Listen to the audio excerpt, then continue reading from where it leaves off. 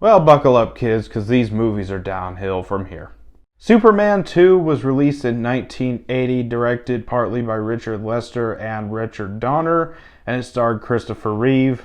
And I really enjoyed this one. There are two different cuts of this movie. There's a theatrical cut, which was mostly done by Richard Lester, and then there's the Richard Donner cut, which was Richard Donner's original vision for this movie.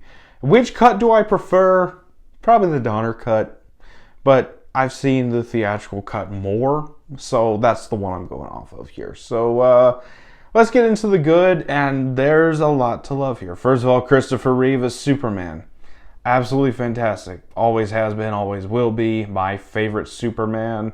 I don't foresee him being overtaken by anybody in the near future.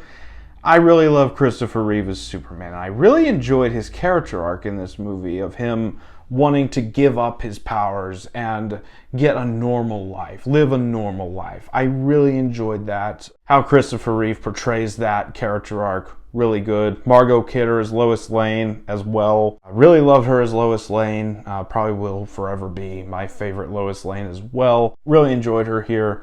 Really fantastic chemistry with Christopher Reeve as well. So really enjoyed her. Gene Hackman as Lex Luthor. He's back in this movie, up to his old Lex Luthor tricks. And yeah, really enjoyed him.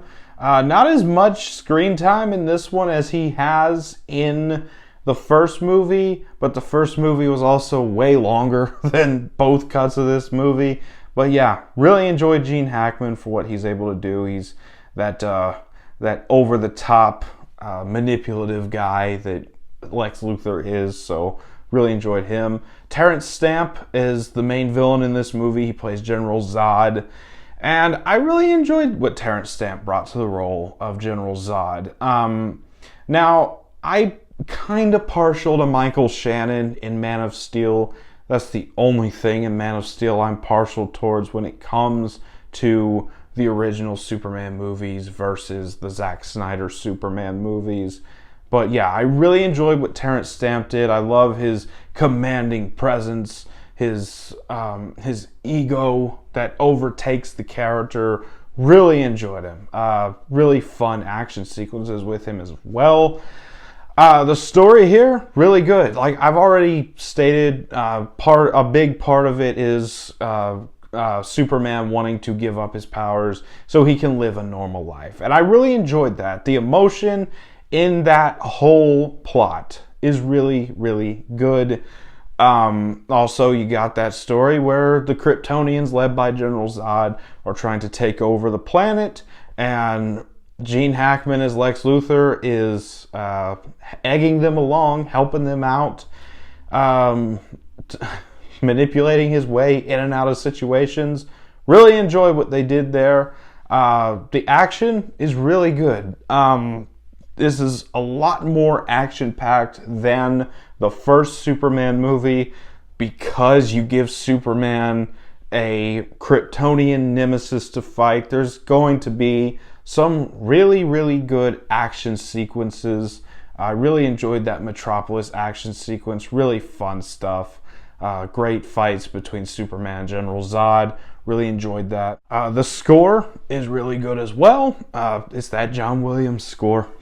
Honestly, that John Williams Superman score is just, like I said, it's part of the Trinity.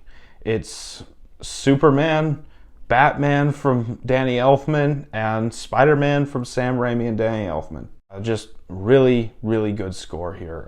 There's a lot of emotion to this film, as I've already stated.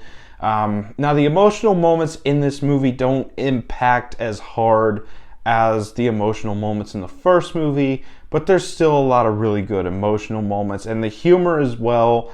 It's got that witty sense of Richard Donner humor.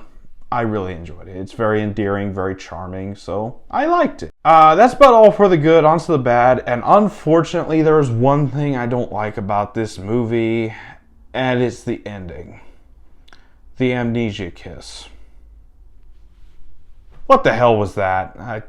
I don't recall Superman ever having that ability. There's probably some nerd down in the comments already going, oh, well, it was used one time in 1955 in this exact whatever.